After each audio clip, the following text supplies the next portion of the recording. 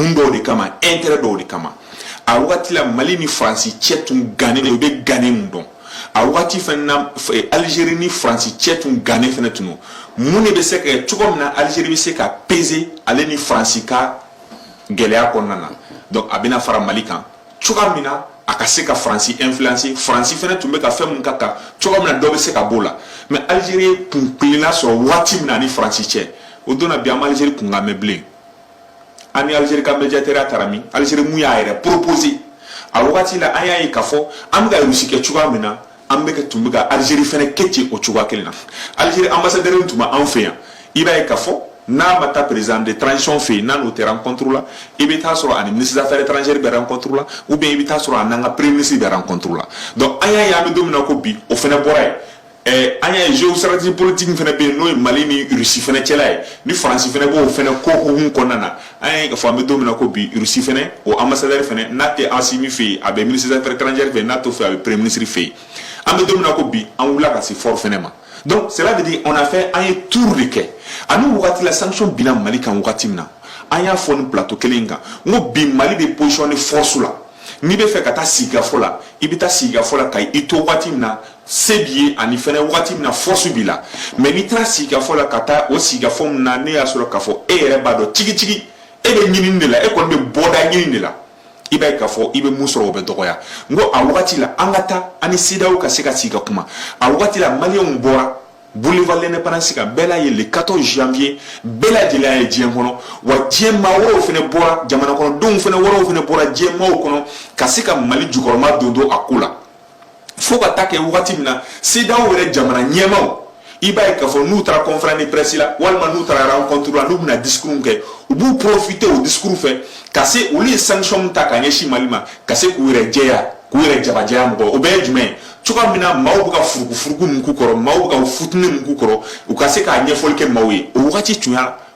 anw ka négociation sigi ka fɔ wagati ye mais anw y'o bɛɛ lajɛlen to yen k'an ta ko plan de riposte b'an bolo parce que n'i da fɔ a mugu jalan na ka sɔrɔ a ɲigiji tɛ da kɔnɔ a ka gɛlɛn dɛ walima k'i bɔ baji kan ka sɔrɔ e tɛ se nageli la a ka gɛlɛn dɛ donc o wagati la an y'a fɔ hali ni plan de riposte b'aw bolo n'o ye fɛɛrɛ ye fɛɛrɛ min bɛ kɛ sababu ye ka se ka sanction kɛlɛ a ye taa ani CEDEAO maaw ka sigi ka kuma a waati la a donna maaw kunna an bɛ se ka bɔ CEDEAO la a donna maaw kunna k'a fɔ sanction tɛ se ka foyi kɛ na a donna maaw kunna ninnu de ye an jugu ye oui mais aujourd'hui an bɛ ka taa an tɛgɛ di mɔgɔ min ma an ko an tɛ faransi bɛ bi bi in na ni maa min ko ko faransi bɛ ta a bɛ f'i ɲɛna k'e fasoden jugu ye mais fort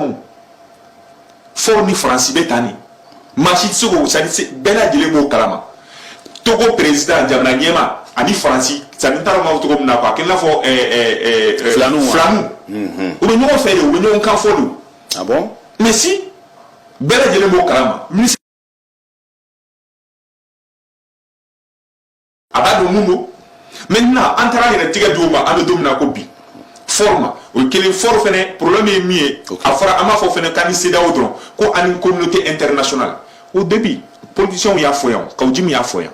politiciens wɛrɛw y'a fɔ yan ko bi bi in na jamana bɛ niveau min na an tɛ se ka balo an kelen na an ka taa ani diɲɛma ka sigi an ka kuma mais o sigiɲɔgɔnya na an b'an ka jamana ka intérêt de défendre i bɛ se ka taa sigiɲɔgɔn ni mɔgɔ bɛ kuma mais i b'i ka jamana ka intérêt de défendre Algérie mana ka Algérie intérêt défendre Mali la yan wa k'o sago sɔrɔ Faransi kan o bi bi in na ani Faransi tɛgɛ tɛ ɲɔgɔn bolo wa ka bɔ kuma na n'o ye ani Faransi tɛgɛ tɛ ɲɔgɔn bolo wa olu ka intérêt ɲini olu ka intérêt tun ye jumɛn olu Faransi bɛ ɲɔgɔn na waati min na donc Faransi mun bɛ yen n'a y'a sɔrɔ a bɛ Mali kɔnɔ n'o ye Sahel ko kɔnɔ n'a bunnen don Faransi da la u bɛna Mali fɛ k'a kɛ i n'a fɔ k'u bɛ ka Faransi kɛlɛ o hukumu kɔnɔna na u ni Faransi bɛ tila bi bi in na Algérie tɛ ka kuma bilen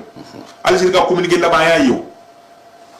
donc cela dit tout simplement jamana o jamana a jamana si tɛ yen nɔ k'a fɔ k'i bɛna jamana kɔnɔ den dɔw dɛmɛ walima ka jamana dɔw dɛmɛ ko k'a sɔrɔ ko intérêt dɔ tɛ yen nɔ bɛɛ bɛna n'a ka intérêt de ye ne bɛ se ka n ka jamana intérêt sɔrɔ cogo di donc anw de fɛnɛ kan k'a lajɛ anw ni diɲɛmaa ka sigi ka fɔ la anw bɛ se ka mun de kɛ cogo min na jamana intérêt fɛnɛ bɛ se ka bɔ hukumu kɔnɔ na donc an bɛ se k'a fɔ la ni négociation min filɛ ɲɛmɔgɔ talen filɛ nin ye k'a di fort ma ka diɲɛmaa ani diɲɛmaa ka bɛn ani fɛnɛ ani CEDEAO ka bɛn an bɛ dugawu don de kɛ a kana kɛ tɔw ta ɲɔgɔnna ye parce que n ye mun fɔ an taara jamana caman nɔfɛ jamana caman président nɔfɛ mais an y'a ye k'a fɔ a sera niveau dɔ la o buruna ka bɔ yen mais cette fois-ci an bɛ fɛ tiɲɛni yɛrɛ la fort ka nin wuli ka jɔ ye o ka se ka kɛ fiɲɛ bɔda ye jamana kɔnɔdenw ye n bɛ bɔ kuma na yɔrɔ min na délai mun bɛ sen na a fɔra ko délai négociation na an ka jamana ɲɛmɔgɔw y'a jira k'olu ye baara daminɛ kalo 24 donc ne ye e bɛ négociation e ko k'e da yɔrɔ e tɛ tɛmɛ o kan négociation tɛ c'est comme c'est fini, c'est-à-dire négociation banale quoi. Ne ko ni dawra tete mako négociation banale mais négociation be sere bi dalen nike économie ka fen fo mais ibe dalen nike la afrique là ibe ka prix fo mais ibe dalen nike bibi na sila o jol me fam na 16 maxi 18 mois donc on mena mun fo ça alors quand il y a fo jamana blomba kon premier ministre a fo blomba kon ko le kalo mo nani yo barada mane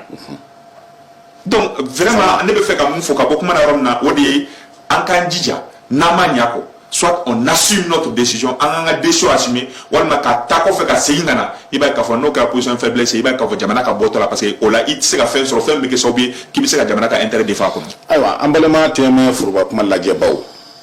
koni dege mangala gwenga pour que ka fo ko traité de coopération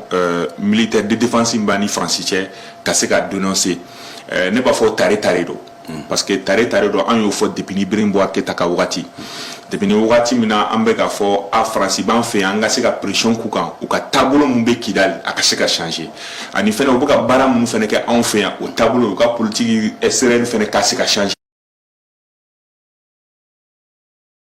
o anina ka fo ko oluka jamana kono dongba an fait an ga jamana nyama do wole ça du ka so so ban fait an ga jamana nyama do wole wanu ka jamana nyama na an ga jamana nyama ya fo dongo don ku ka ta ko lubeta ne ba fo tare mais roda ne be se ka fo amena ka so an ga jamana nyama ma décision ta parce que bibi na ini mai bi siki tiga mo ko bolo ka so amake aka kele fo ka ce niveau do la parce que bibi na kele sera niveau mina don ta nyale fait don fene ta nyale fait France ta nyale faible on fene ta nyale faible France avec que chuo ka kete tugula ne ko ni bolo akobo au niveau de la sisa na balabala le na avec ka oma France fene ale ko me ale tato do ale kuma sulu to tato donc ale fene ta nyale fait ale tato fene bi se ka fon fenge ale fene bi suko ke donc je pense que depuis très longtemps on tout se kan ke ka so amasi ka niveau là wati mina amega fo France nous a laissé en plein vol France de bega nga soro su